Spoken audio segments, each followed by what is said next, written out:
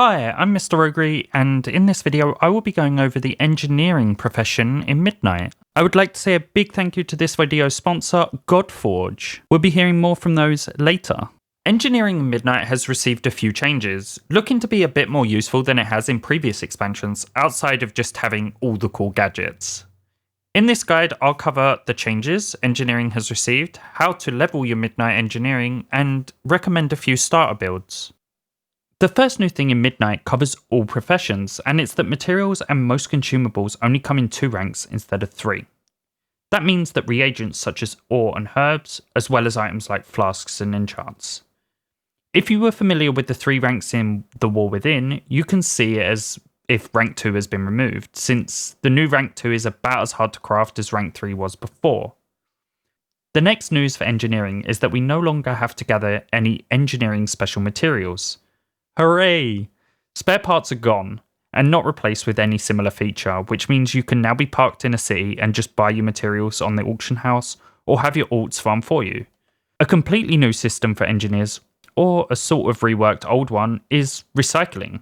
In The War Within, there was a whole procedure to learn new recipes which revolved around piles of rusted scrap, prototypes, hastily scrawled notes, and then finally choosing a recipe to learn. All this is gone and replaced with recycling, which is a much simpler system. With recycling, you take 5 recyclable parts and turn them into one of 2 materials specific for engineers, Evercore or Aetherloom. Once in a while, when you recycle, you will learn a random recipe. That's it. That's the whole process. Only 2 engineering parts are recyclable, song gears and soul sprockets. So either you make a huge amount of these to recycle, or you recycle materials and consumables from other professions. Yes, we can not only recycle our own parts, but also materials and consumables from all other crafting professions, meaning that some of the low-rank consumables made by other professions, while maybe leveling up, and usually sold for cheap on the auction house, can now be vacuumed up by engineers to recycle. Here is a full list of all recyclable goods and what material they recycle into. Both Evercore and Aetherloom are used when crafting gear and other high-end engineering recipes, so the mats you get feel useful. You always get between 1 and 3 Evercore or Aetherloom, regardless of the quality of the material you recycle. The quality of the good only affects which quality Evercore or Aetherloom you get. I really like this new system in comparison to what we had in The War Within. A returning feature is that engineers will once again be making consumables specific for hunters after taking a break in The War Within. Firstly, we will be making ammunition. That sounds like we're back in Classic, where hunters used 1 bullet per shot, but that's not going to be it. Instead, ammunition is a consumable item which applies a 1-hour buff, like mana oils or sharpening stones. Engineers will also be making scopes for ranged weapons, which hunters can use instead of traditional enchants. As you gain knowledge in engineering, you'll also be gaining Moxie, which is the new currency you use to buy new recipes. Unlike Artisan's Acuity in The War Within, Moxie is gathered separately for each profession, so you will be accumulating Artisan's Engineer's Moxie, which can only be used for engineering recipes. On the beta, Moxie wasn't used for recrafting regular gear or crafting profession gear. However, there was a weird tooltip that suggests that it might be on live, so I don't know what the case will be in Midnight, and I guess you can let me know in the comments. Related to what I just said is that all professions will now have access to epic quality profession equipment. The uncommon green gear can still be bought and sold on the auction house, while the rare and epic gear is bind on pickup and has to be ordered through the work order system. Just before we get into the leveling, here's a quick message from this video's sponsor. Hey guys, you've probably seen Godforge pop up all over the place. Well, that's our game. The Fateless team have been building a cross-platform RPG. If you love min-maxing builds, if you love epic boss fights, if you love world bosses dropping in from time to time, then you're going to love Godforge. We've already had tens of thousands of players jumping in, trying the game, breaking the game, basically defining how systems are going to work when we go into early access release. It's really a community-first project and I love it. So if it sounds like your type of game, if you want to come and get involved in the Discord, there will be a link down below where you can get involved with early access. Come on, Method! We'll see you soon. What's the best way to level will vary from person to person due to the randomness of which recipes you receive through recycling. For that reason, I've given more of an outline rather than a specific leveling route. Before starting to level your profession, you may want to pick up some profession equipment. You can purchase cheap green equipment from the auction house, although availability early on in the expansion may be lower. The Junker's Multi-Tool, Junker's Junk Visor, and Tinker's Handguard are all great to start. I do not recommend purchasing the Junker's Multi-Tool, as you can craft this almost immediately. When you do decide to upgrade your gear either to blue or the epic quality versions, I recommend starting with the multi-tool, then the visor, and finally the handguard. The recycling ability can be used all the way from 1 to 30 to consistently receive skill ups, going green at 32 and finally grey at 35. Do not just recycle your own parts. Instead, check the auction house for recyclable materials and consumables from other professions, and perhaps favourite the ones that seem the most cheap to buy. I do have the recommendation of crafting a single song gear, then recycling 2 materials that give an Evercore, craft a soul sprocket, then craft the Evercore shades, and finally the Junker's multi-tool, which you can then equip. If you then continue recycling all the way until you hit level 35, you'll be able to have a specialization. I'd recommend picking the recycling tree, which immediately gives you access to a sub-specialization, which I would pick the resourcefulness and fill that wheel out, as this works with a lot of engineering recipes and could save you a lot of materials in the long run. It, however, doesn't work with recycling at this point. From this point on, crafts will be different depending on what recipes you have and have not learned. Craft items that you have learned and prioritize those that give knowledge points. Once you run out of first craft recipes, continue to recycle to learn new ones. Once you hit 50, you can pick a second specialization and learn more recipes from the knowledge trees. If you aren't sure what build to pick, well, I have you covered.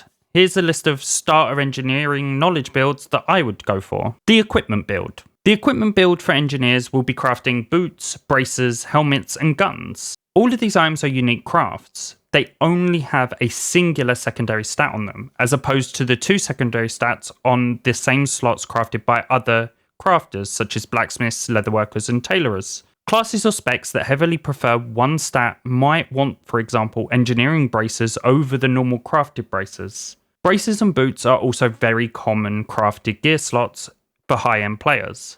So, the gun, for example, hunters will frequently want a crafted weapon early on in the expansion. This is usually the first spark craft. While I can't say if the engineering gun or the bow from inscription will be more valuable, there should be a good opportunity to craft guns. To start the equipment build, you will unlock the combat analytics at 50 skill. Then place 20 points in this wheel to unlock guns, braces, and boots. Although it will cost a lot of points, I recommend placing 15 points in both the boots and braces so that you unlock all of the armour types of those specific crafts. If you want the helm, make sure you fully fill out the combat analytics to unlock that sub-specialization and fill out until you get the armour type that you want.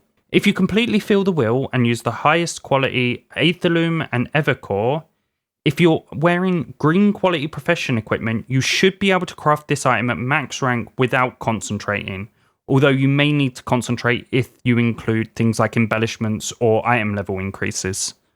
Once you hit 60 skill and unlock your third subspecialization, learn the bits and bots tree. This will automatically unlock another subspecialization. Make sure you pick the bits tree and fill out all 30 points there. This means that your recycle will now get affected by your resourcefulness, meaning that you'll occasionally get materials back. This also means you'll be able to craft the highest quality Aetherloom and Evercore when you're recycling. Engineers can craft more profession equipment than most other crafting professions, with 6 different profession items in total. To start this build, unlock the market mobility tree at level 50 engineering. This will immediately unlock a subspecialization where you will choose mandatory tools. Then pick engineering tools as the subspecialization, and this will let you craft your own tool first. Then place 10 points in mandatory tools to unlock the 2 other subspecializations, teaching you both the tailoring and jewel crafting tools, so you can do work orders for those. Then place 25 points in market mobility to unlock finishing touches, and place 10 points there to unlock all 3 further subspecializations. Now you will be able to craft all 6 blue quality profession items. Now, I recommend placing 5 points each in the engineering tools, dual crafting tools, and tailoring tools. This will let you use missives to determine the stats on the profession tools. From this point, start placing points in the profession gear that you want to craft the best. When you reach level 60, unlock the bits and bots tree and specialize into bits, without spending any points here. When you feel done placing points in the marketability tree, place 30 points into bits to improve recycling. This way you can produce the best quality Aetherloom and Evercore. The ammunition and gadgets build. If you want to hone in on making ammunition for hunters and other gadgets, we think this is the build to go for. To begin, select the bits and bots specialization at level 50, place 30 points into bits which will improve your recycling and let resourcefulness work with it, then place an additional 30 points in the main bits and bots wheel to unlock a second subspecialization. Go to the recycling tree and place 15 points to unlock the second subspecialization. Pick multicraft and place 20 points to gain 10% multicraft, while also increasing the amount you gain from a multicraft proc. At this point, you can place points however you like. Now that you have a knowledge build, you're probably wondering where's the best place to get knowledge points. Well, the table on screen shows you all of the places that you can get it from a weekly source, which is the weekly quest, patron crafting orders, repeatable drops from treasures, and the Thalasian tree is on engineering, which is crafted by players with the inscription profession. In addition, you can find 8 engineering treasures. These each grant 3 knowledge points for a total of 24. Unlike the War Within, these are spread across multiple zones rather than being 2 per zone. You have 1 engineer's junk, located in Silvermoon City. What to do when nothing works, also located in Silvermoon City. The Manual of Mistakes and Mishaps, that's located in Eversong Woods. The Offline Helper Bot, which is located in Zulaman in the Atalaman area. The Handy Wrench, which is located in Zulaman. The Expeditious Pylon, which is located in Harandar. The Ethereal Storm Wrench, located in the Void Storm. And the Miniaturized Transport Skiff, also located in the Void Storm. I've included waypoints on screen and in the description, so if you can't find them, you can check there. There will also be some faction profession knowledge which you can obtain. Once you reach Renown 9 with a singularity, you can buy 10 profession knowledge from Void Researcher and Amanda for 75 Artisans Engineers Moxie and 750 Void Light Marl. Finally, when Darkmoon Fair is active, you can gain 2 skill points and 3 knowledge points by completing a short quest from Sage called Talking Tonks. So is there a best race for engineering? While all races are perfectly fine for engineering, a few have some bonuses which have a minor impact. Gnome have engineering specialization, which increases engineering skill by 5, and Kultiran have Jack of all trades, which increases all profession skills by 2. Finally, the best professions to pair with engineering, I would say, are mining, so you can collect your own resources, or perhaps blacksmithing or jewel crafting, as they use similar resources. If you have any questions, then leave a comment or catch me live on twitch.tv/Mr. Rougery, where I stream 4 days a week. If you found this video helpful, then please consider liking, and if you want more midnight content, consider subscribing. Cheers and happy crafting!